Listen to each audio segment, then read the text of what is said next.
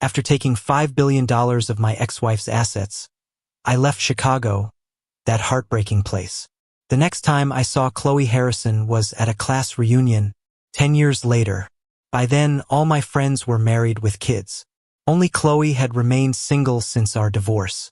A friend teased, "Ethan, Khloe must be waiting for you. She hasn't dated anyone or gotten married all these years." Just as he said that, Khloe walked in. The stunning woman's entrance drew gasps from the crowd. 10 years hadn't changed a thing. Khloe was still breathtakingly beautiful. The youthful arrogance was gone, replaced by a quiet composure in her eyes. They had deliberately seated us next to each other.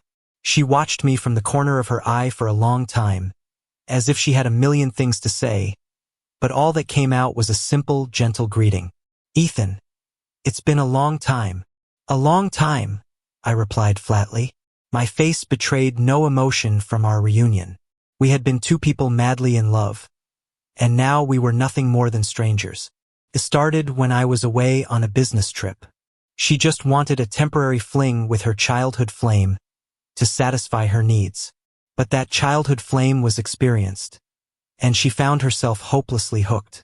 For convenience, she bought him a villa right next to our house. Every night, after I was asleep, she would sneak over there for her own brand of ecstasy. It wasn't until she saw 2 lines on a pregnancy test that she panicked. She decided to have his baby first, and explain it all to me later, convinced that I loved her so much I would forgive anything. Then she got pregnant with my child, and I was overjoyed. I thought we were on our way to becoming the happiest family in the world. But that dream shattered the day I was out with our 8-month-old daughter. Khloe's lover, Julian, ran me down with his car, killing our baby instantly, and leaving me critically injured. I sued him, but on the day of the trial, my own wife, Khloe, presented a psychiatric evaluation to the court. It claimed I suffered from paranoid delusions and had intentionally thrown myself in front of Julian's car, causing our daughter's death. After that, I was locked away in a secure ward. For 5 years, I was subjected to daily electroshocks and needles that nearly killed me. By the end, the mere sound of the iron door to my room opening would make me lose control of my bladder. Finally, the day came when I was declared mentally sound. Car pulled up and stopped right in front of me. Khloe's perfect, beautiful face appeared. She looked at me as if I were a beggar on the street. "Now that you're out, try to behave. I bought a house for you in the suburbs of Chicago. You'll live there," she said, without waiting for a response. She instructed the men in the car behind hers to take me there. The moment I stepped out of the car, I watched Khloe's vehicle bypass my new house and pull into the driveway of the villa right next door. A little girl ran out of the house and leaped into her arms. "Mommy, you're finally back. I missed you so much." Khloe effortlessly lifted the girl, kissing her chubby, rosy cheeks. "Mommy missed you too. Did you have a fun day at home with Daddy?" My heart shattered. The pain was so intense I could barely stand. The best parts of my life, including my daughter, had been destroyed by that man. We weren't even divorced yet, and there they were, already living as a happy family. I couldn't put my feelings into words, and I lacked the courage to confront them. After what felt like an eternity, I forced myself to stumble into the house. My hands shook as I pulled out my phone, scrolling through a 5-year-old contact list until I found my friend Ryan's number. "Ryan," I said when he answered, "I'm out. That guy you mentioned when you visited me? Can you put me in touch with him?" "Ethan, are you sure about this?" Ryan's voice was grave. "I'm sure. I want Khloe and Julian to pay for what they did to my daughter." After hanging up, I sat on the sofa for a long time. The front door opened, and Khloe walked in, coming to my side. "Why are you just standing here? Haven't you gone upstairs to look around? All your clothes and belongings are here.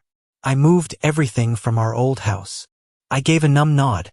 "Thank you," I said quietly. Khloe froze, clearly taken aback by my detached response. It took her a moment to recover before she forced a smile. "How about a drink? You always like to have a glass of something in the evening." She walked over to the bar, pulled out a bottle, uncorked it, and poured wine into 2 glasses, pushing one toward me. It's a good year. It has that subtle hint of chocolate you always liked. I lifted my hand, smeared with my own blood, picked up the glass, and hurled the wine in her face. The glass slipped from my grasp, hit her chest, and shattered on the floor. Khloe, is there anything you want to tell me? Khloe's expression was unreadable. She downed her own glass in one swallow, and then smashed it on the floor as well. Ethan, are you ever going to stop? Did 5 years in a mental hospital not cure you of that rage temper of yours? It's been so long. What do you want me to say? That you killed your own child because you were jealous of Julian? My heart twisted painfully. I couldn't believe that even after all this time, she could still spew such vicious, baseless lies. I laughed, a bitter, broken sound. As I backed away, my barefoot came down on the broken glass. Blood instantly welled up, staining the shards crimson. Khloe rushed toward me, her face etched with concern, but her phone rang. It was Julian's frantic voice on the other end. Khloe, Lily, suddenly sick. She's throwing up and has diarrhea. You need to come over now. Without a moment's hesitation, Khloe hung up and ran for the door. Just get some rest tonight, she called over her shoulder. I have to go. I probably won't be back, so don't wait up. I watched her retreat and let out a cold laugh. I stopped waiting for you a long time ago. After cleaning the glass from my foot, I showered in the guest bathroom and then opened the door to what would have been my daughter's room. It was fully furnished with a crib and bedding. Tiny clothes were folded neatly at the end of the bed, and many of the toys were still in their boxes. My child, I thought, your father is filled with so much hate. I hate that I was so helpless, that even now I can't get justice for you. And Khloe, even if she didn't love me anymore, even if she wanted to be with another man, why did our innocent child have to die? I can still see it, that horrific image of her tiny hands amidst the blood and gore. It was monstrous. When I opened my eyes for a disorienting moment, I thought I was back in the hospital. My body tensed, my eyes wide with alarm. A small figure entered the room, holding a syringe and walking toward me. In a flash of panic, I lunged, crashing into them. A child's scream pierced the air. By the time my vision cleared and I saw it was a little girl, it was too late. She was on the floor crying her eyes out. Khloe and Julian rushed in, flanking the crying child and scooping her up, trying to soothe her. My eyes were fixed on the syringe on the floor. It was a toy part of a kid's doctor set, identical to the one I had bought for my own daughter. Khloe stepped forward and slapped me hard across the face. Twice. Have you completely lost your mind? Ethan, did all those years locked away make you addicted to being insane? Lily is just a little girl. How dare you take your anger out on her? Her words sicken me. Did you think about my child when you two conspired to kill her? I shot back. She was only 8 months old. She was your own flesh and blood. Why would you put me in a house right next to them? Why not just divorce me?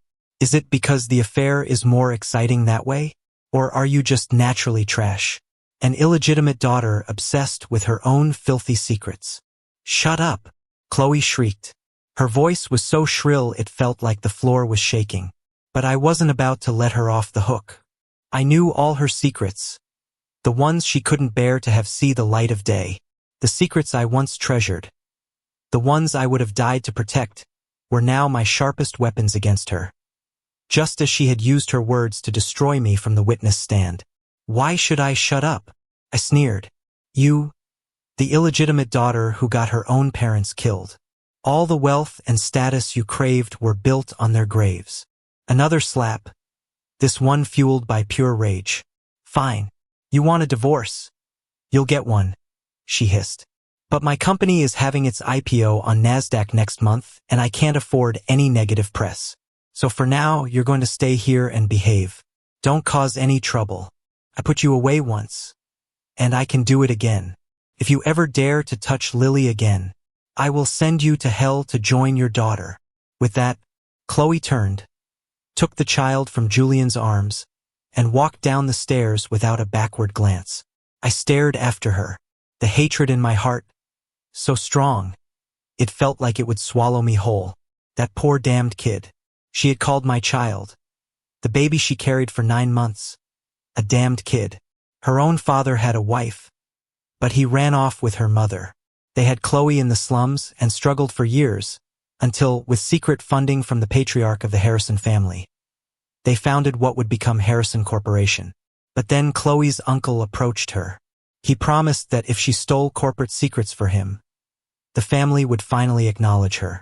She was desperate to prove herself, to escape the shame of being an illegitimate daughter, so she did. As a result, her parents were framed for massive financial crimes and sentenced to death. Khloe once broke down in my arms, crying that the two things she hated most in the world were betrayal and false accusations. Yet, she betrayed her husband and her child, the very people who, like her parents before them, had given her nothing but pure, unconditional love. Sterling Enterprises was their biggest partner. Julian, the CEO's only son, had told me 5 years ago, "I get any woman I want. Did you really think a piece of trash from the slums could compete with me?" His first demand was that Khloe personally sign all future contracts. It was irresistible bait, and the greedy fish took it. I soon discovered the villa was surrounded by a dozen bodyguards. Their orders: do not let me leave. No wonder she'd bought 2 houses side by side. A more convenient prison. In the middle of the night, half asleep, I sensed someone enter my room. They sat by my bed for a long time, just watching me. Through the haze of sleep, a cool hand rested on my forehead, stroking it gently. The touch was soft and warm, filled with a tenderness I hadn't felt in years. The next morning, the room was empty. Felt like a dream, but I knew she had been there. Khloe had come back. There must have been paparazzi around, forcing her to put on this absurd performance of a loving wife.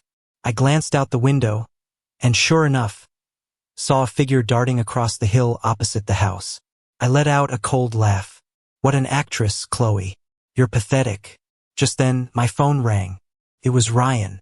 "Ethan, I've made contact. You can meet with him next week." After that night, Khloe never returned. Every day, I could hear the sounds of their happy family from the yard next door, while I remained a prisoner in my own house, rarely leaving. Years of constant surveillance in the hospital had left me unable to stand the hum of an air conditioner. The late autumn heat was relentless, and I couldn't sleep. Then came the day of the Harrison family patriarch's birthday banquet.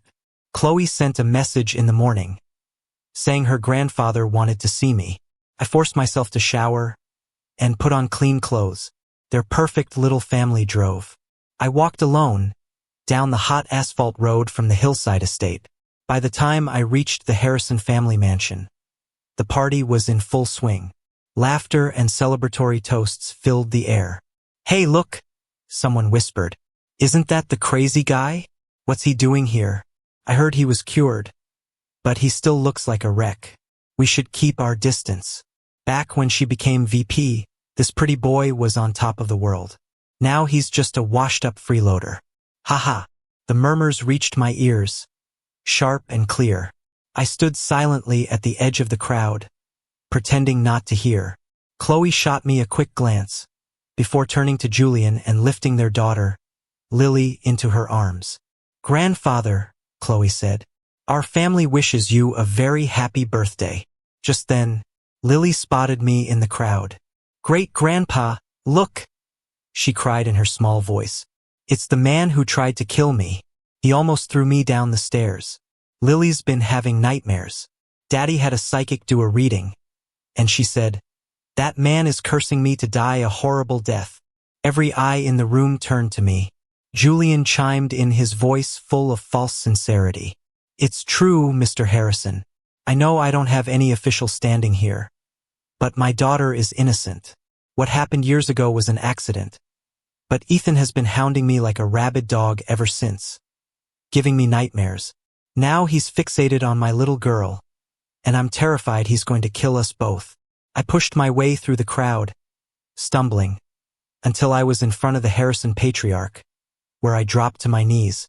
"Sir," I pleaded. The child who died that day was your great-granddaughter too. As much as I hate Julian, I would never, ever harm an innocent child. I'm not him. Julian lunged forward, punched me squarely in the face. You're a damn liar. If Khloe and I hadn't been there, you would have thrown my daughter down those stairs. The old man watched the chaos, then slammed his cane on the floor twice. Enough. Both of you, be quiet. Khloe, you tell me what happened. Khloe, who had been silent until now, slowly looked up. She knelt beside me. After a long pause, she spoke.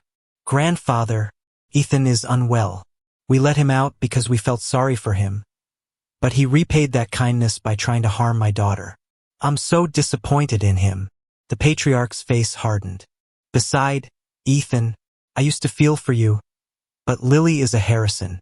Your madness is no excuse for this. You know, I was the one who allowed Khloe to have you released. That was a great kindness. If you ever try to harm my great-granddaughter again, I will have her put away for good. I had no defense. I knew this was all Julian's doing.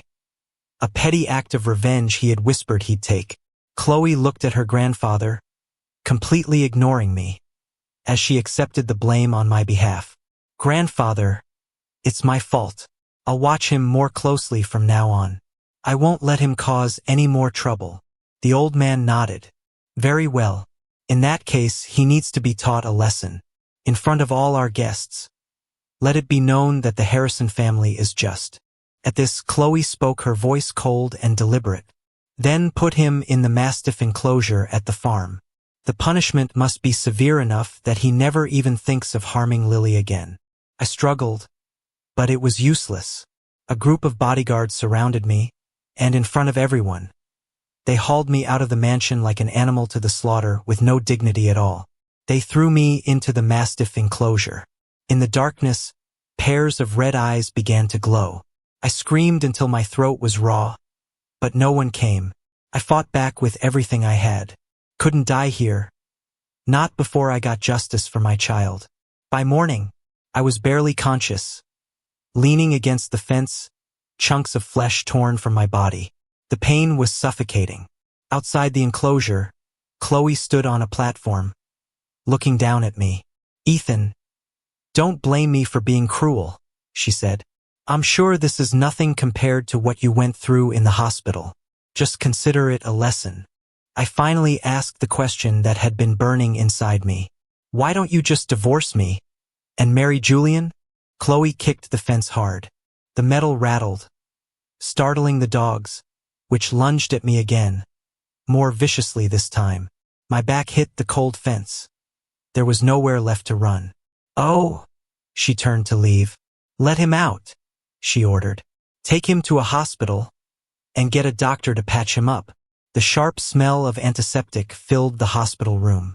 I lay on the bed, my fingers trembling as the doctor worked on my wounds. The door opened, and Khloe walked in. She wore a white one-shoulder top that revealed a fresh red mark on her collarbone. My eyes lingered for a second before I looked away. Khloe's voice was cold and distant. Lily has been an emotional wreck since that day. She keeps insisting that you be punished.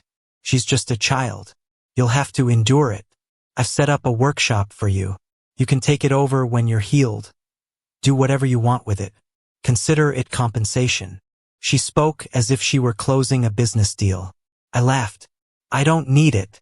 As soon as I'm healed, I'm leaving. You can have your perfect family.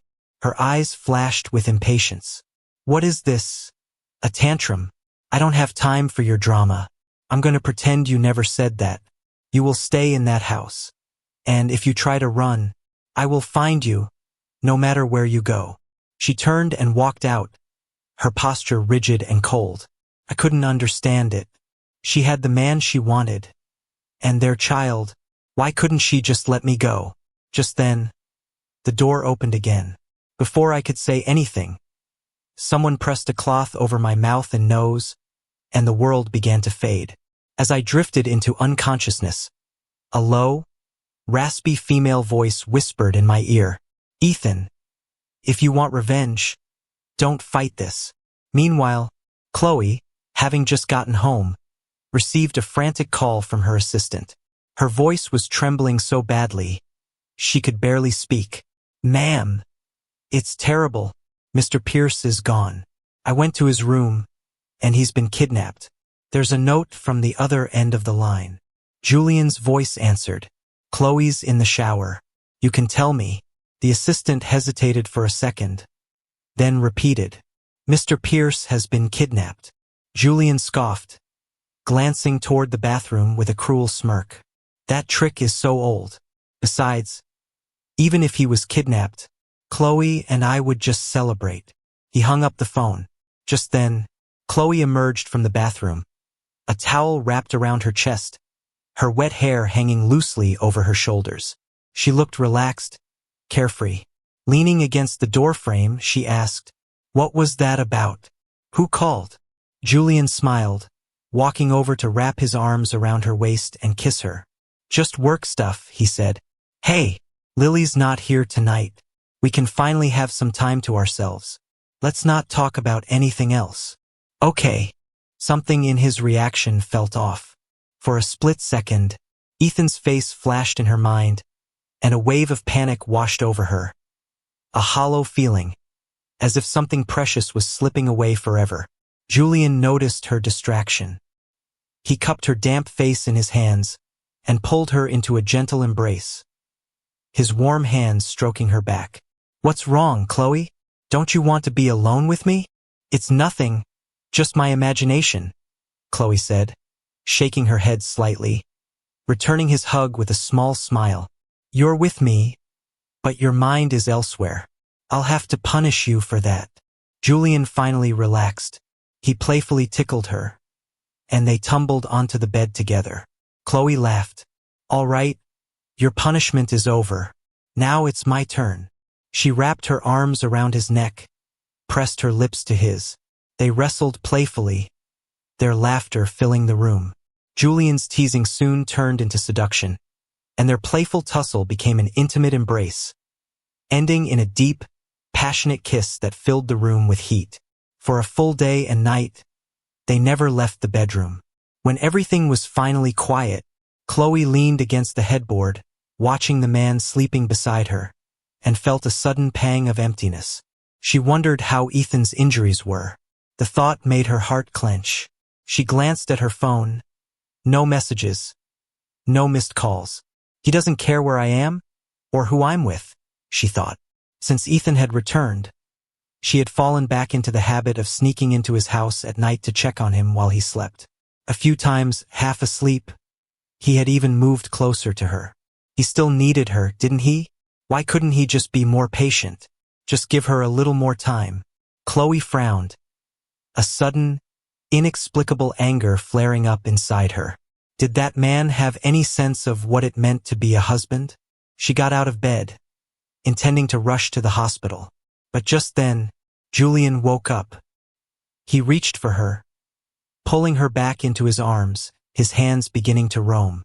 "Khloe, I can't wait any longer," he murmured. "Come home with me tomorrow morning. We'll tell my parents we're getting married. Divorce him. Khloe, marry me." Khloe froze.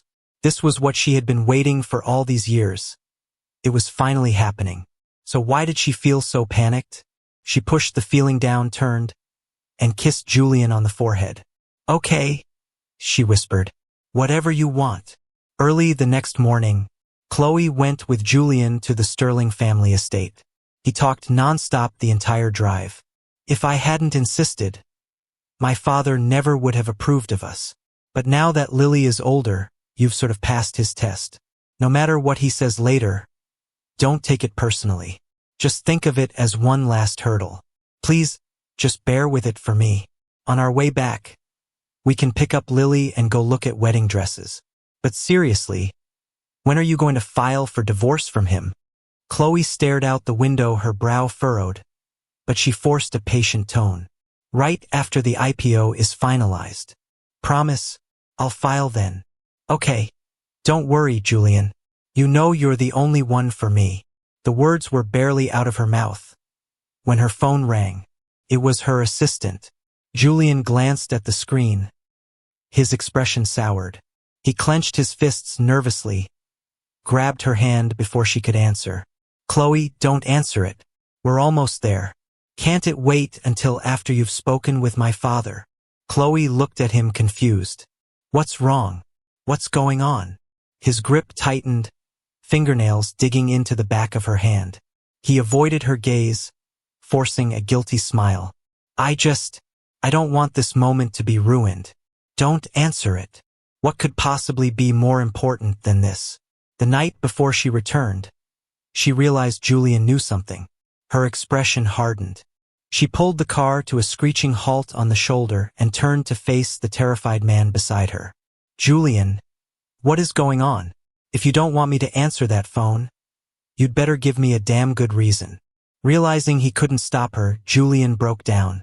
Khloe, are you still hung up on Ethan? You don't really want to divorce him, do you? He's been kidnapped. This solves all our problems. Khloe's eyes widened in horror. What did you just say? Who's been kidnapped? Julian realized his mistake. The color drained from his face, and he slumped back in his seat, speechless.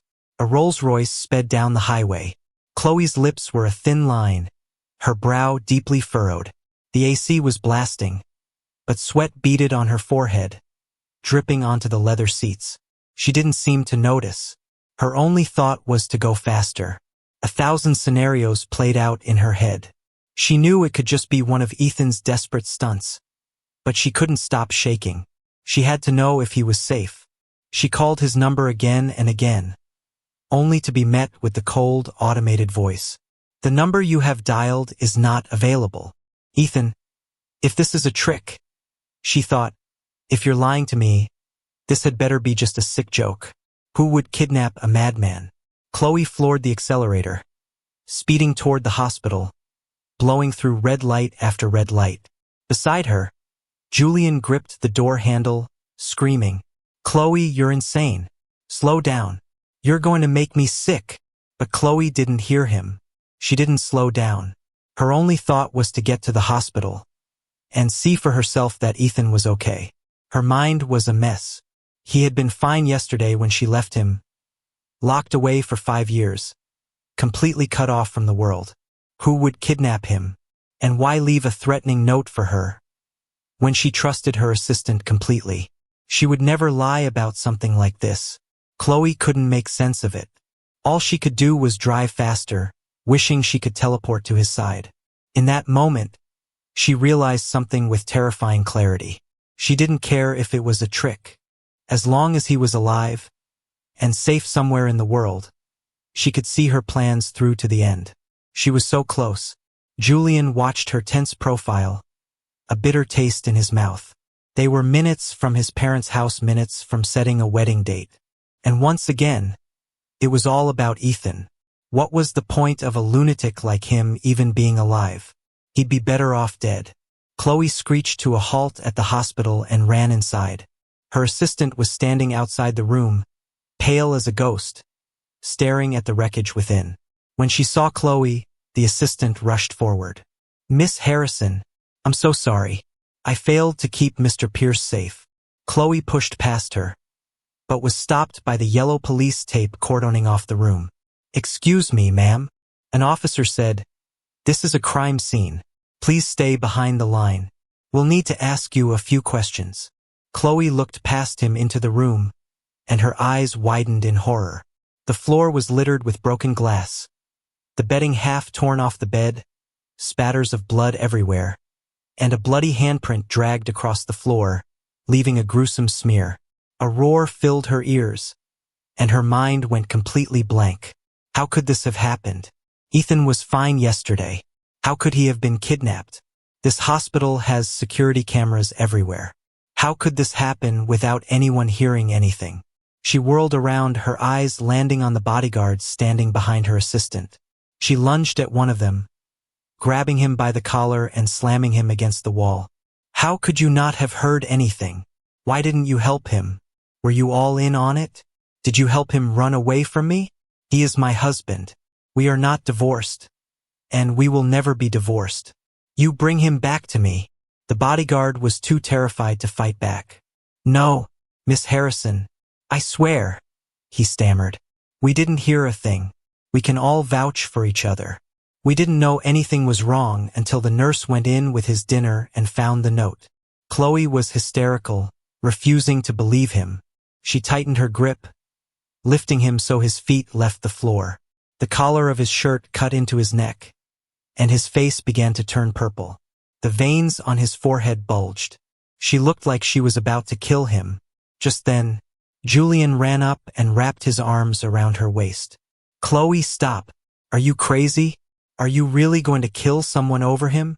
Khloe looked over at Julian, his eyes red-rimmed, filled with a desperate plea. She froze, then slowly released her grip. The bodyguard slumped to the floor, scrambling away, not daring to stay a second longer. Julian tried to soothe her. Khloe, isn't this better? Now he's gone, and no one can bother us anymore. You were only delaying the divorce because of the IPO, because you were afraid of the bad press, right? This is the perfect opportunity. There won't be any negative press. In fact, the shareholders will see you as a victim. They'll sympathize with you as a win. All of our problems are solved now that he's gone. Why are you so desperate to find him? Khloe stared blankly into space, a lifeless puppet, not reacting as Julian shook her. His last words echoed in her mind. Why are you so desperate to find him?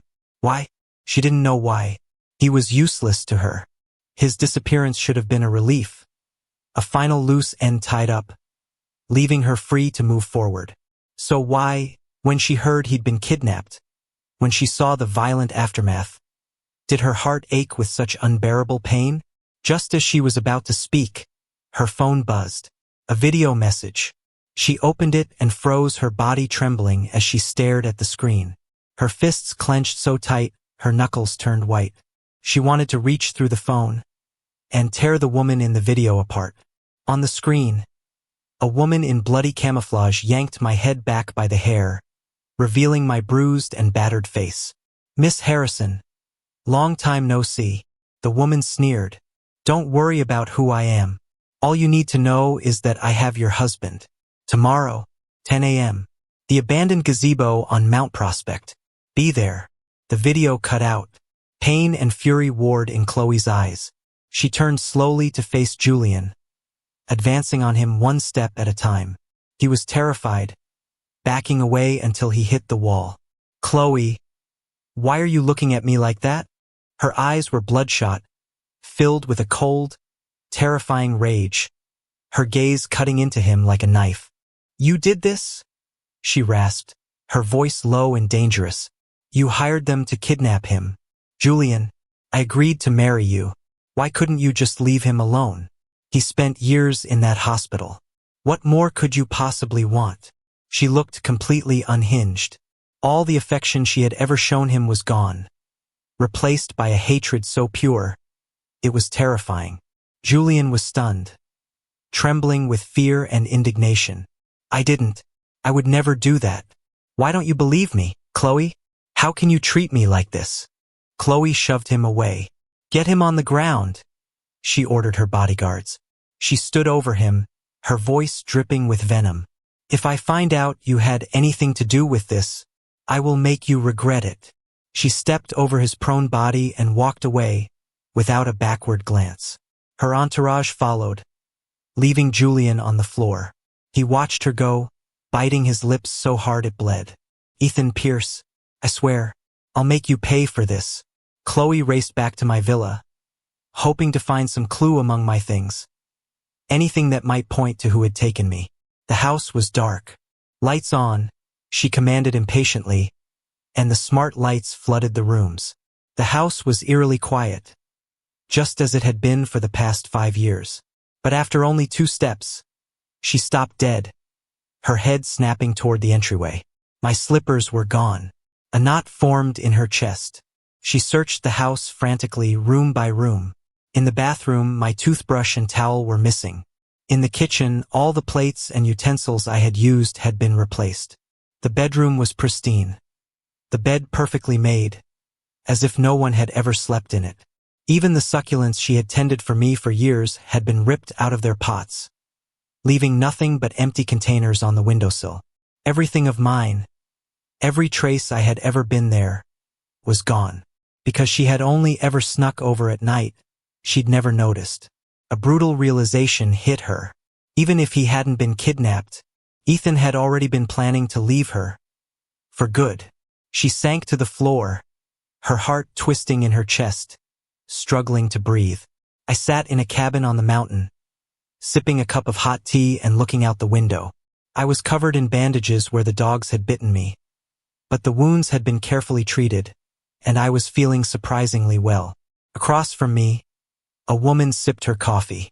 A jagged scar ran through her eyebrow, giving her a fearsome look. "She won't come for me?" I said, my voice barely a whisper, thin and weak, as if it belonged to someone else. "This plan won't work. Maya, you know what she's done to me over the years. You'd be better off kidnapping Julian than using me as bait." "Or," she said, looking up. "Or what?" Maya met my gaze, a cold smile on her lips. The scar made the expression look sinister, but it couldn't mar her striking beauty. "Or we could do it your way. Hand over all the evidence we've gathered, and hope she and Julian suddenly grow a conscience and turn themselves in." "Do you really think people that selfish are capable of that?" My eyes fell on the files spread across the table. I was silent for a long time. She had more on them than Ryan had ever told me. She had clearly spent years secretly gathering evidence against the Sterling and Harrison families. I said nothing more, picking up a file. Inside was a stack of photos, Julian meeting secretly with key figures from my trial. In each photo, he was handing them a thick envelope of cash. The witnesses, the psychiatrist, 2 of the jurors, even the presiding judge. They had all been bought, weaving a net of money and power that had crushed me and my child. One of us lost her life. The other was tortured for years. And the key to it all was Khloe. Julian was cruel, yes. But he was also just a fool blinded by his obsession. If we could get to Khloe, he would fall apart. I just never expected Maya would use me as the bait. I looked up at her. "Why me?" I asked quietly. "Why use me to lure her? If she cared about me, she never would have let our child die. And if she doesn't care, this plan is doomed to fail." Maya looked down at her own hand, at the long, deep scar that cut across her palm. "Do you see the scar?" she asked, her voice low. "Julian and his father gave it to me. My mother took me to see my father, only to find out he'd married a wealthier woman. The day we went to confront him, Julian rushed out with a knife and slashed me right here across my eyebrow. He almost blinded me. He told his father that killing me was the only way to get rid of me for good. So his father came at me with the knife. I blocked the second cut with my hand, but I couldn't dodge the rest." She trailed off, her expression a mixture of pain and madness, staring into the distance, lost in a terrible memory. I sighed. "So your mother saved you. She died so you could live." Maya finally nodded. "I had to run," she said, her eyes meeting mine. "And as I was escaping, I ran right into Khloe Harrison." I stared at her, stunned, as she continued. "Khloe is complicated. She could have killed me that day, but she let me go. Just like she could divorce you, but instead she keeps you around. This inconvenient man, who could ruin everything for her. It doesn't make sense. So, we have to test it. If she comes, the rest of our plan can proceed. If she doesn't, you'll be free, and you can find another way to get your revenge." I nodded, saying nothing. I just clenched my fists and stared out the window. Just then, a Range Rover came speeding up the mountain road below. The familiar license plate appeared on the monitor. I shot to my feet. "She's here," I said, my voice barely audible. At the cliff's edge, by the gazebo, I was tied to an old tree, my body dangling over the precipice. My face was a mass of bruises, one side swollen beyond recognition. The wounds from the dog bites, once bandaged, were now open and raw. A thick rope was tied around my waist. I was so gaunt, I looked like a strong gust of wind could send me plummeting. The Range Rover skidded to a stop in a cloud of dust. Before it had even come to a complete halt, Khloe leaped out and sprinted toward the cliff. "Ethan, hold on. I'm here. I'm going to save you." She screamed, her steps faltering at the very edge, sending a cascade of loose rocks tumbling into the abyss. I let out a cold, bitter laugh. "Why did you come, Khloe? Don't you have your new husband and child to look after? Is this really where you should be?" Her face was slick with sweat, her hands trembling as she reached for me. "Ethan, you're my husband. I never wanted a divorce. I love you, Ethan. I had my reasons for everything. I swear I had no choice. Just let me get you out of here, and I'll explain everything. I promise." "No choice," I scoffed. "What choice? Was it having no choice when you watched our child die, and then lied on the stand to protect her killer, sending me to a mental hospital for 5 years? Was it having no choice when you started a new family with him? Don't bother explaining, Khloe. You're a selfish traitor who betrayed her parents, her husband, and her own child." My words hit their mark. She broke down, burying her face in her hands, her fingers twisting in her hair. "No, Ethan," she sobbed. "I love you, and I loved our baby. Things aren't what you think. I never loved Julian. I swear." I sneered, my face a cold mask. "I'll never believe another word you say, Khloe. Your love is cheap. It's worthless." The conversation had her completely distracted. She never saw Maya approaching from behind. A swift blow to the back of the head, and Khloe crumpled to the ground, unconscious. When Khloe came to, she was tied up. She struggled, her eyes focusing on Maya, who stood before her, dressed in tactical gear, a remote control in her hand, and a wicked smile on her face. "Long time no see, Miss Harrison," Maya said. "You've certainly come a long way. For an illegitimate daughter, you've done much better for yourself than I have." Khloe stared at her, brow furrowed in concentration. "Maya," she finally breathed. Maya clapped her hands slowly. "Such a good memory. I'm surprised you remember me. I honestly didn't think you'd come. I figured it was a long shot. I never thought the great and powerful Khloe Harrison would humble herself like this for a man." Khloe glared at her, in no mood for small talk. "I brought the money. Take it and let us go." Her hands, bound behind her back, were clenched into tight fists. Maya smirked. "It's not that simple, Khloe. Do you think I'm an idiot? The money is full of trackers, isn't it?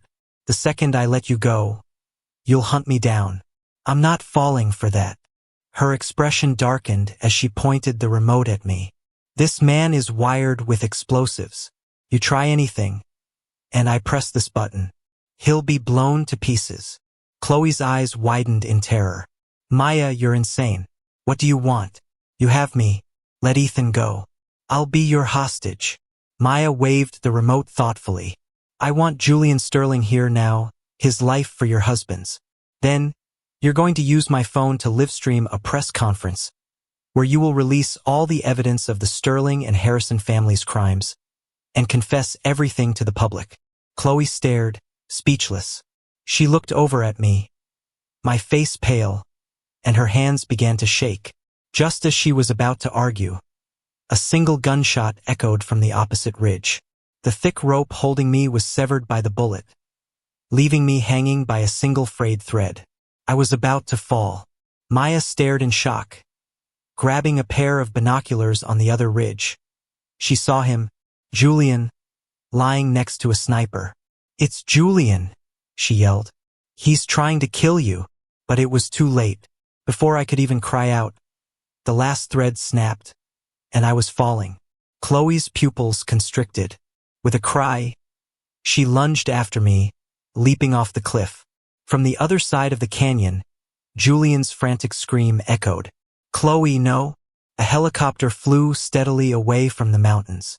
I lay on a medical cot inside, my eyes closed, my brow furrowed even in unconsciousness. "Ethan, how are you feeling?" Maya asked, covering me with the only 2 blankets they had. The terrain was rough. It had taken them hours to find me in the ravine, nearly frozen. My face was ashen, my breathing so shallow it was almost imperceptible. She looked at me, her face filled with regret, wondering if her plan had been too reckless. I slowly opened my eyes and managed a weak smile for the worried woman leaning over me. "I'm okay," I whispered.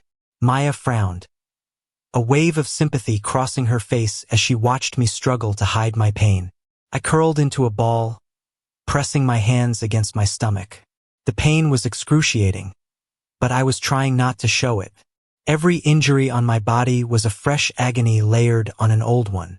The slightest movement sent waves of fire through me, but I bit down hard, silent, cold sweat breaking out on my forehead. Maya knew something was wrong. She held me gently. "Ethan, what is it? What's wrong besides the cuts? Tell me." I finally managed to look up at her, a pain smile on my face. "In the hospital, they implanted some kind of chip in me. When it's triggered, the pain in my stomach is unbearable. It's been happening for years, but I never knew why." Maya held me tighter, her voice turning to ice. "It was Julian," she said, each word sharp and deliberate. I looked away, pulling a small USB drive from my pocket, pressing it into her hand. A faint smile touched my lips as I faded into unconsciousness. "Not a total loss," I mumbled. "I got this from her pocket before I fell. Something she carried on her person has to be important. And our cabin was rigged with 360 degrees HD cameras. Julian's time is up. I was the bait, but I was also the weapon. The time had finally come for him to pay." Meanwhile, Khloe had been in a coma for over 2 weeks.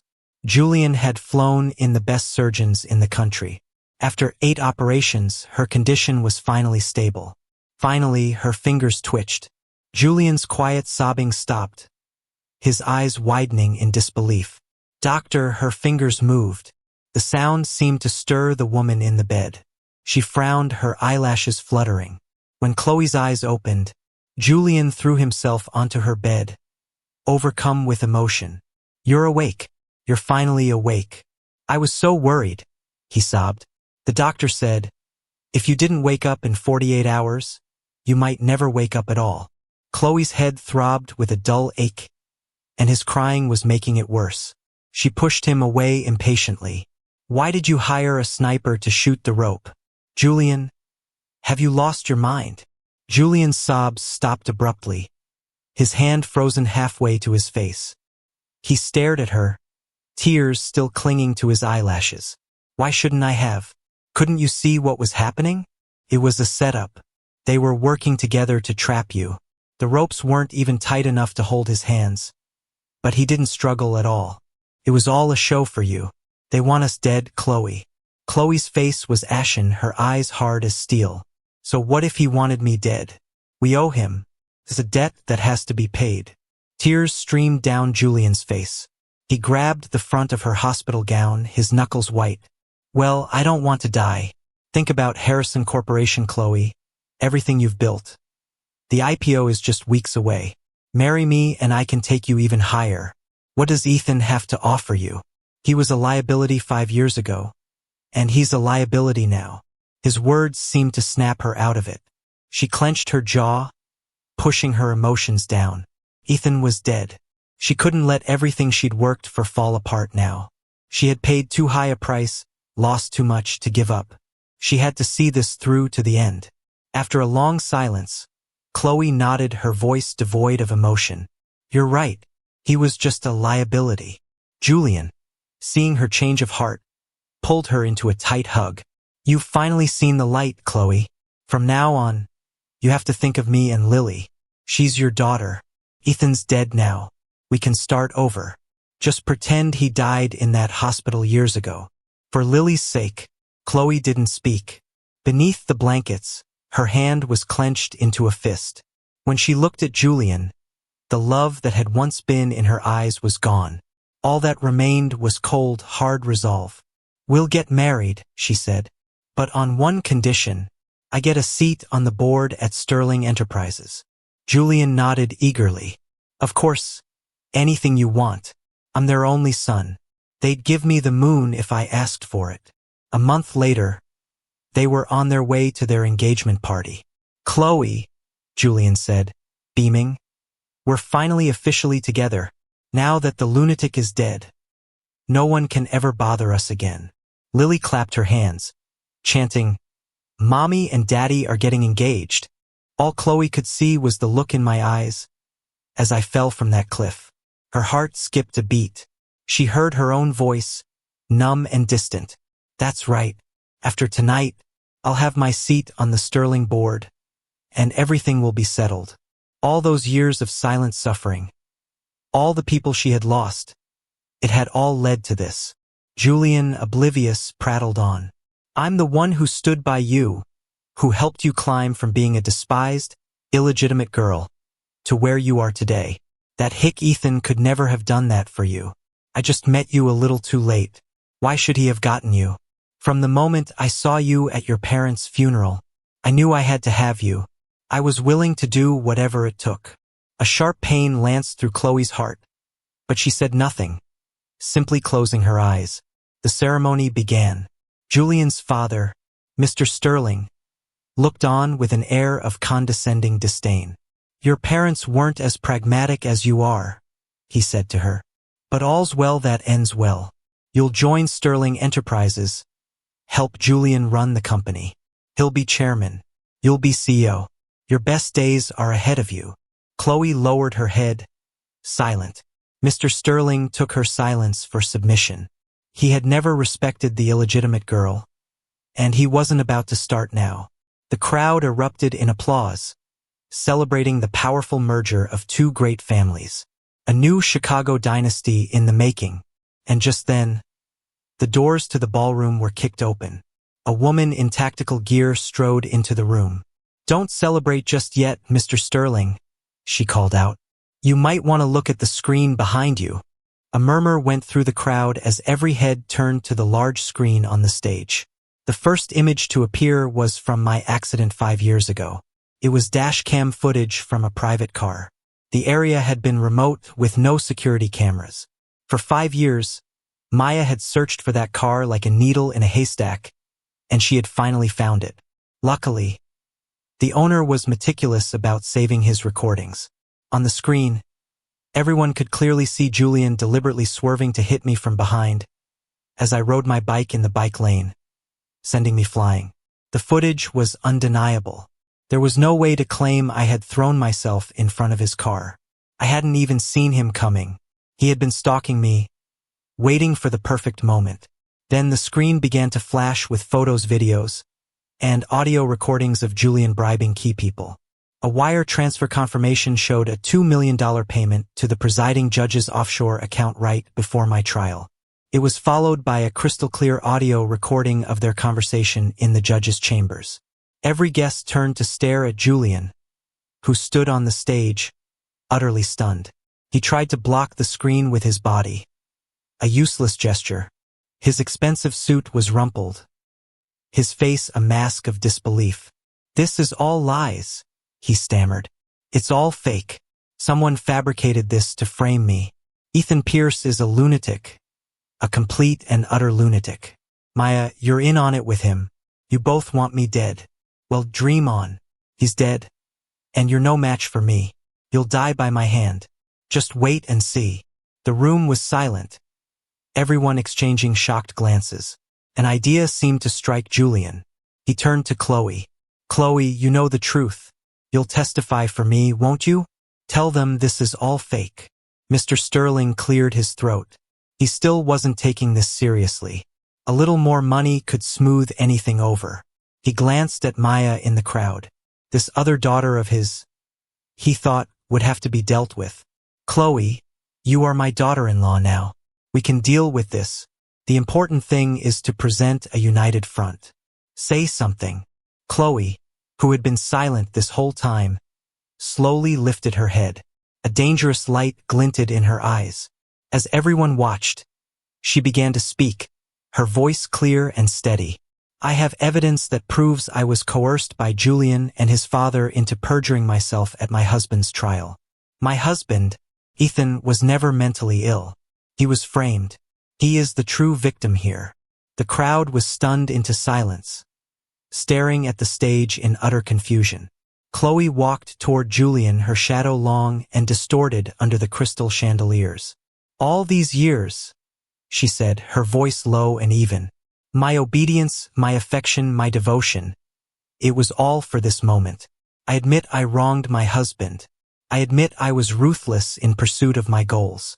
But I never, ever loved you. The color drained from Julian's face. Now that he's dead, she continued, her voice trembling with suppressed emotion, it's time to get justice for him and for my child. She looked up at Maya, who was staring at her in shock. I know the kidnapping was a setup, that you and Ethan planned it together, but your plan got him killed. You owe him. So, what are you waiting for? The day you took him, you found the USB drive I dropped, didn't you? Play it now. Maya laughed, turning toward the open ballroom doors. Why don't we let the victim reveal the truth himself? And then, I appeared in the doorway. I walked in, my eyes fixed on Julian, and plugged the USB drive I was holding into a wireless casting device. On the screen, footage appeared of Mr. Sterling torturing Khloe's parents, forcing them to sign over the details of a multi-billion-dollar project. Then, the image froze on a newborn baby. My baby. The video showed Julian threatening to kill her unless Khloe did everything he said, unless she helped him brand me as insane and have me committed.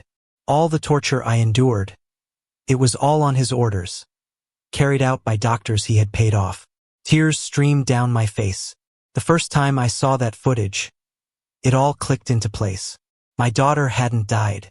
Lily was my daughter. I stared at Julian, my voice shaking with rage. Julian, it's time to pay for your sins. From the moment I had appeared, Khloe's eyes had been fixed on me. She jumped down from the stage, reaching for me, but my cold stare made her hesitate. Ethan, it's really you. You're alive, Ethan. You saw it all. I had no choice. I was forced to hurt you, but you're alive. That means we still have a chance, right? I cut her off, my voice flat and cold. Khloe, what happens to Julian has nothing to do with us. This isn't the time for that. Mr. Sterling had had enough. He had his security escort the remaining guests out, then pulled his son close. He glared at us, his voice a low snarl. So, you all think you're so clever, plotting against me? We'll see about this. And with that, he dragged Julian away. Khloe knew she had to destroy them completely before she could even begin to hope for my forgiveness. Back at her office, she summoned her department heads. Sell my entire 20% stake in Sterling Enterprises. Dump it all below market value. Then leak to the press that the chairman is under criminal investigation. I want their stock to tank by closing bell tomorrow, and I want it to stay down, and terminate all our contracts with them. Her voice was ice. Issue a press release. State that Harrison Corp and Khloe Harrison have no connection to Julian Sterling, and that I am a married woman. She threw a file on the table. Use every media contact we have. I want this everywhere. By tomorrow morning, I want this to be the #1 trending story on every platform. Her chief counsel took the file, his jaw dropped. The evidence was damning. It would be enough to put the Sterlings away for life. Is that a problem? Khloe asked, a cold smile on her face. He quickly shook his head. No, ma'am. I'm on it. The Sterling household was in chaos. Julian paced the living room like a caged animal. His phone rang. Mr. Sterling, it's bad news. A frantic voice said, You need to see the news. Just then, a notification popped up on his tablet. The headline made his blood run cold. Sterling heir accused of murder-for-hire assault, a history of violent crime. The article included photos of him paying off witnesses, judges, and hired thugs, along with bank transfer records. The story was told in the first person, a detailed account of everything he had done to me. It was signed, Ethan Pierce. Julian trembled, his fingers numbly scrolling down. More headlines appeared, filling the screen. Besides my own story, most of the articles were official press releases from Harrison Corp, reposted by every major news outlet. This can't be happening, he whispered, sinking to the floor as tears streamed down his face. Khloe loves me. She can't feel nothing for me. It's impossible. Before he could even process it, the front lawn was swarming with reporters, their cameras flashing, microphones pointed at the house, all of them shouting for him and his father to come out. "Mr. Sterling, we have reports that the police have opened a formal investigation. Do you have a comment? How do you plan to respond to these allegations? Mr. Sterling, we know you're in there. Mr. Sterling." It was too much. The world went black, and Julian collapsed onto the floor. Armed with a court-ordered DNA test, I officially took custody of my daughter. Her name was no longer Lily Sterling. It was Lily Pierce. Khloe cooperated completely, without a single objection. But she was just a little girl, and Julian's influence ran deep. She rejected me completely, throwing anything she could get her hands on at me. "You're not my daddy," she screamed. "My daddy is Julian. You're the bad guy. Daddy said so." I looked at my daughter, my heart breaking. He had twisted her into my worst nightmare. I was torn between pity and rage. This was a cruelty beyond words. Khloe stepped forward, her hand trembling as she reached for me, wanting a chance to explain, but she froze when I looked up, my eyes burning with a cold fire. My eyes held nothing but hatred, resentment, and a deep, abiding bitterness.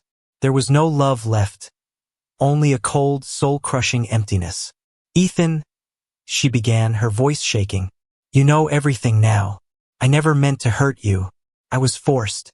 Everything I did to protect Lily. But I never, not for 1 second, stopped loving you." I let out a cold, harsh laugh. "Love me? Is that what you call love?" Khloe stared at me, her mouth open. No words came out. I shook my head, a bitter smile on my face. I stood up, took out my phone, and pulled up a video file. Evidence I had recovered from the hospital's archives. It was too brutal to ever be released to the public.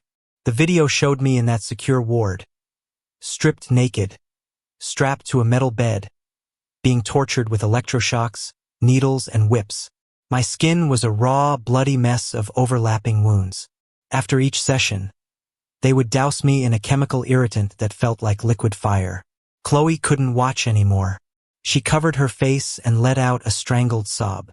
Pain and regret tore through her like a wild animal, ripping her heart to shreds. What had she done? For her revenge, for her company, for her daughter.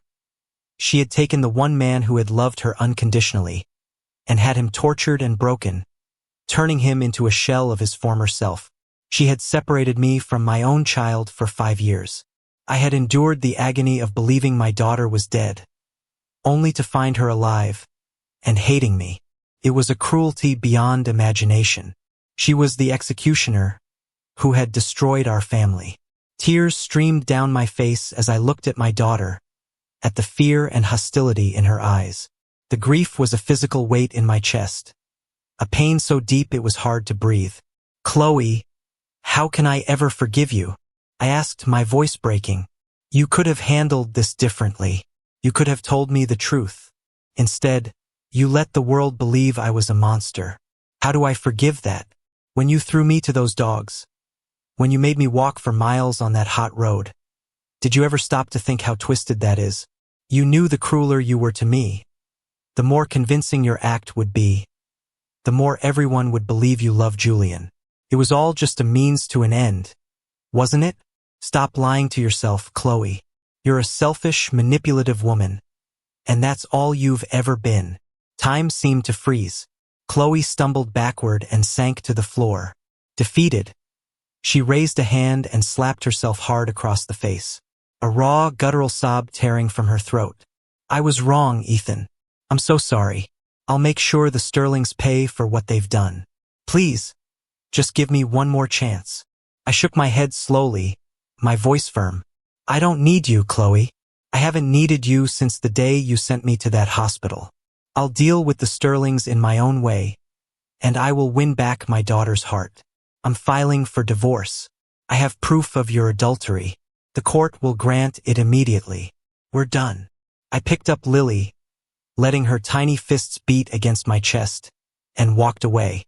The pain in my heart, a cold, hard knot.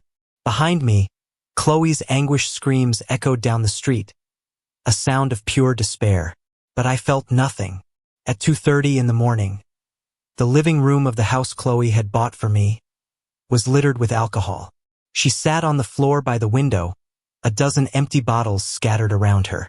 She was a complete wreck, her eyes dull and lifeless. Outside, the lights of Chicago glittered, but her world had gone gray. My words from earlier echoed in her mind, squeezing her heart like a vice until she could barely breathe. She tilted the bottle back, finishing the last of the liquor, welcoming the burn as it spread through her chest. "Ethan, my Ethan," she whispered, her voice a raw rasp. "What can I do? How can I fix this? How can I make you come back to me? How can I make you forgive me?" The thought spurred her to her feet. She stumbled into the kitchen, grabbed a paring knife, and began to methodically slice into her own arm. Her face, a blank mask. Blood dripped onto the floor, but she just smiled, as if she couldn't feel a thing. "Ethan, I'm so sorry," she whispered to the empty room. "This is nothing compared to what you went through, is it? You asked me how I could claim to love you. Well, what if I suffer everything you suffered? Will that be enough to earn back even a little of your pity?" Her voice grew faint, her eyelids heavy. With the last of her strength, she crawled to the sofa, where a torn photograph I had left behind lay, the only trace of me left in the empty house. She clutched it in her hand, the sharp corner digging into her palm, but she felt nothing. Then, the world went dark. When Khloe opened her eyes again, the first thing she smelled was antiseptic. I was standing by her bed. Maya was with me, her eyes widened with a desperate hope. She reached a trembling hand toward me, but I stepped back. Maya laughed, her voice dripping with contempt. "A little late for regrets, don't you think? Ethan is done with you. You could kill yourself, and it wouldn't even begin to make up for what you did to him." Khloe shot Maya a venomous glare before turning back to me, her voice a raw whisper. "Ethan, it's okay that you can't forgive me. It just means I haven't done enough yet.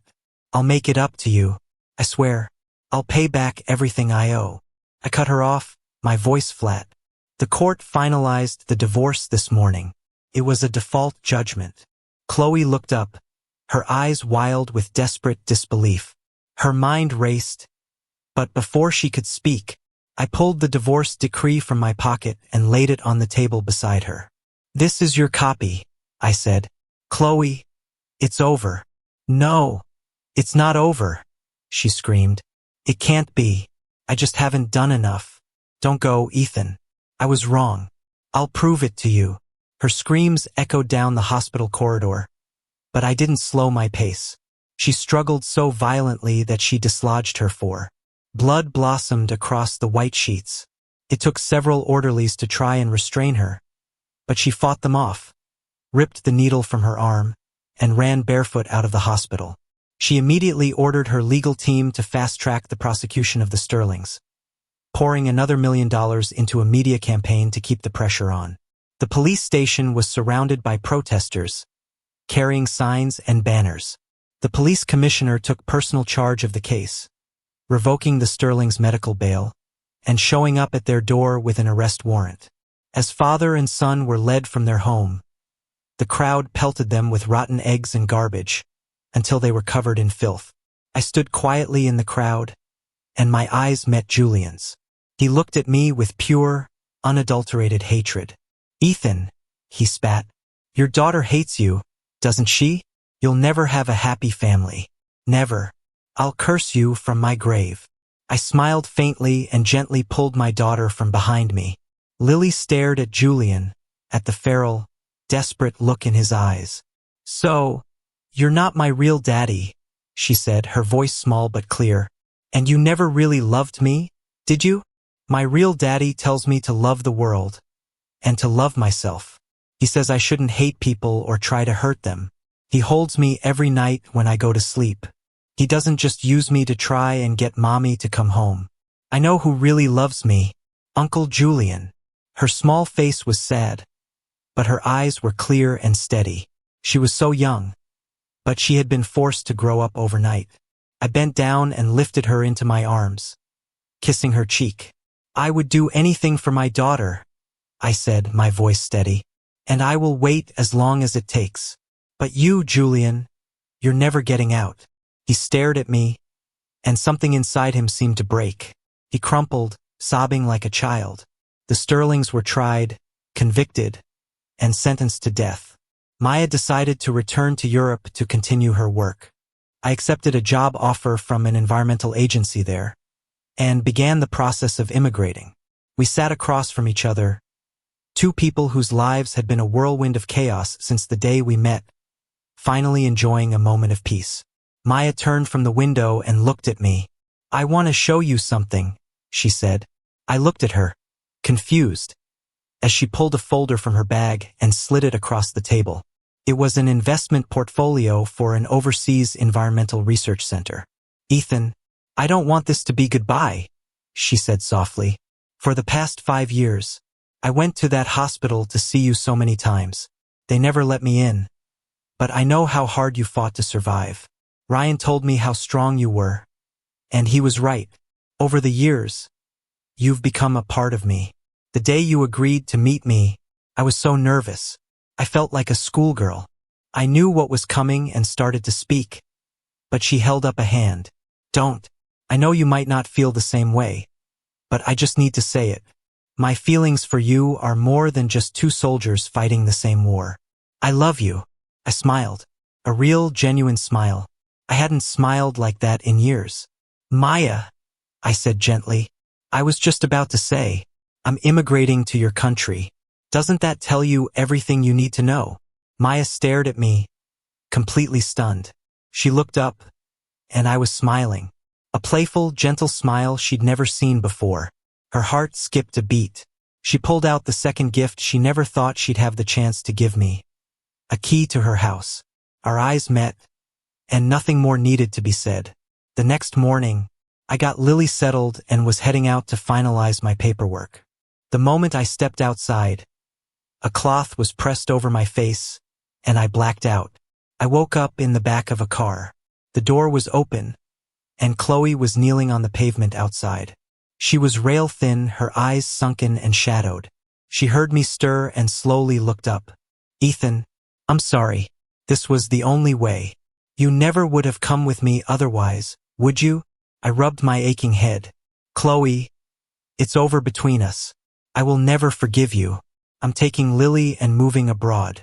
And while the Sterlings may have coerced you, you still broke the law to get your revenge. You know what you did? The police will be coming for you soon. Khloe looked down, her face etched with pain. I know, and I'll accept my punishment. But Ethan, when I get out, I will find you. You're the only person I have ever loved, and I will never give up on you. She stood up, slammed the car door, and told the driver to drive slowly. Then she took off her shoes and began to walk along the side of the road. I knew instantly what she was doing. I rolled down the window. Khloe, what's the point of this? It's useless. Nothing you do will ever make me forgive you. I'm leaving with Maya. We're together now. Khloe whipped her head around her face, a mask of shock, the blood draining from it. My voice softened with an affection she had never heard me use before. We're getting married, so just let it go, Khloe. Nothing you do can make me feel anything for you anymore. You know me, I said softly. I'm stubborn. When I love someone, I give them everything. But I've hit my head against that particular wall for the last time. When I walk away, I don't look back. The words were like a knife in her heart. She lunged at the open window, grabbing my hand. I haven't finished atoning yet. How can you be so sure? The driver slammed on the brakes. I was startled, but quickly recovered. Because I'm in love with someone else, I said calmly. There's nothing you can do that will change that. That's not true, she rasped, her eyes wild. Stop lying to yourself, Khloe, I said, holding up my hand to show her the visa in my passport. My immigration papers are finalized. I'm leaving with Lily soon. With every word, the color drained from her face. Her eyes welled up with tears. Don't do this, Ethan, she whispered, her voice trembling. Please don't do this to me. I was stunned. I had never seen her like this, broken, desperate, all her pride shattered. "I know I was a fool," she said, her smile more painful than tears. "I chose the cruelest way to do things. And maybe this is my punishment. But please, just let me finish what I started. Then you can judge me." My throat was tight. Before I could respond, she had composed herself. "I'm going to walk 6 miles barefoot," she said quietly. "I chose this road specifically. It's much rockier than the one by the house." She let go of my hand. "This is just the beginning." She turned and began to walk, her bare feet pressing down on the sharp gravel. Soon each step left a bloody footprint on the road. She stumbled, her pace slowing, but she kept going, until she had covered the entire 6 miles.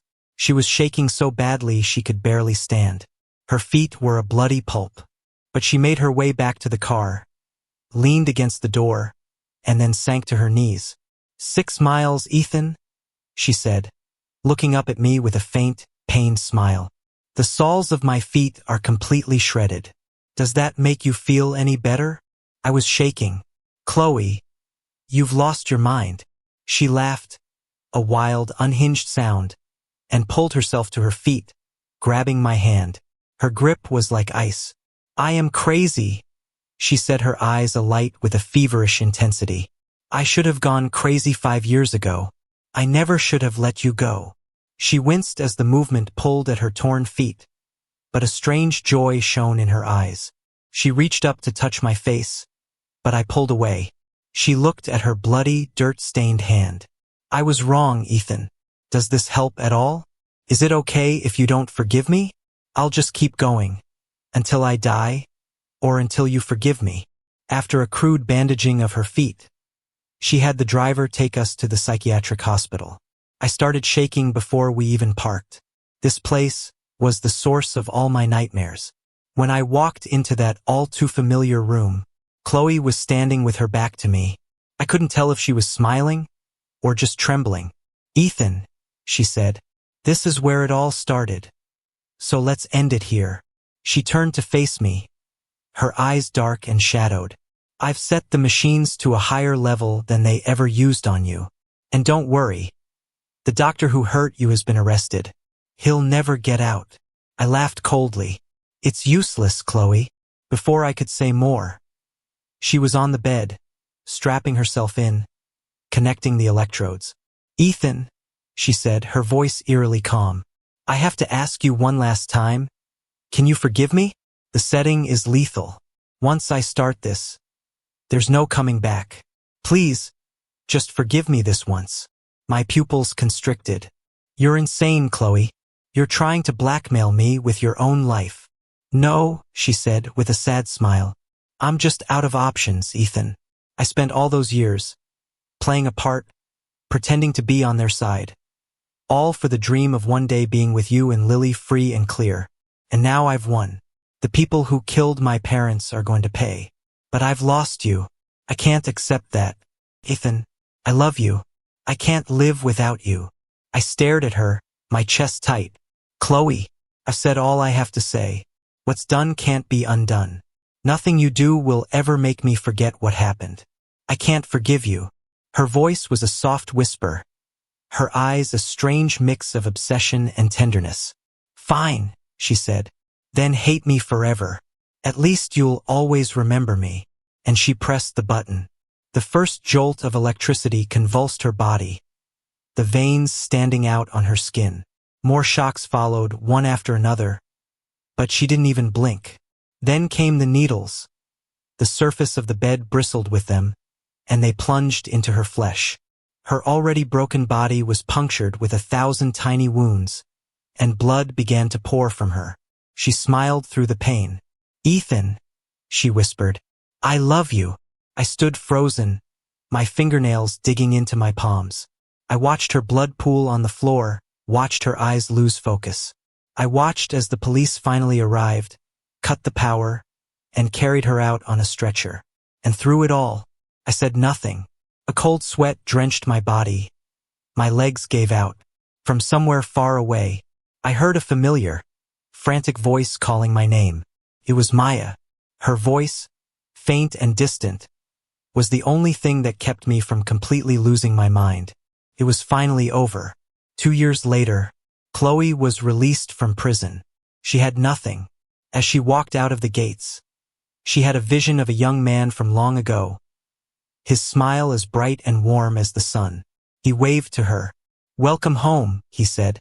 She let out a broken, bitter laugh and fell to her knees in the hot sun. On the phone she had just turned on, a news alert popped up. Environmentalist Ethan Pierce weds tech entrepreneur Maya. A photo showed the three of us, a happy family.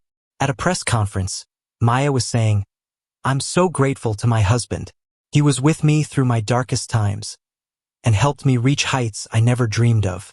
I owe all my success to him. I love my husband, and I love our daughter, Lily Pierce. Together, we will be making regular donations to children's charities, in the hope that other children who start with nothing will never give up, and will fight to build a brilliant life for themselves, just like my husband did." Khloe sobbed, her body shaking with grief. She had dreamed for so long of the day she could finally tell the world that she loved me, that I was the only one she had ever loved. But that day would never come. If she had known that her revenge would cost her the one thing she truly valued, she would have rather let the Sterlings destroy her all those years ago. But there are no second chances, and she could never get back what she had lost. Just then, a car came speeding down the road. The driver was drunk. He never saw Khloe kneeling on the pavement. She was killed instantly. When the news reached me, I was tucking Lily into bed. We were whispering together when her breathing evened out, and she drifted off to sleep. I smiled and kissed her forehead. Maya came into the room. "I just got a call," she said quietly.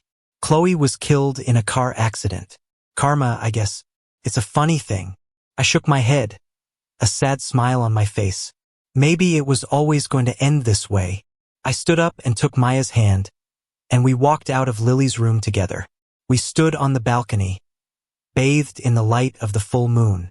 "Thank you for loving me," I said. "Thank you for giving me a family." Maya smiled, resting her head on my shoulder. "Thank you, my Ethan.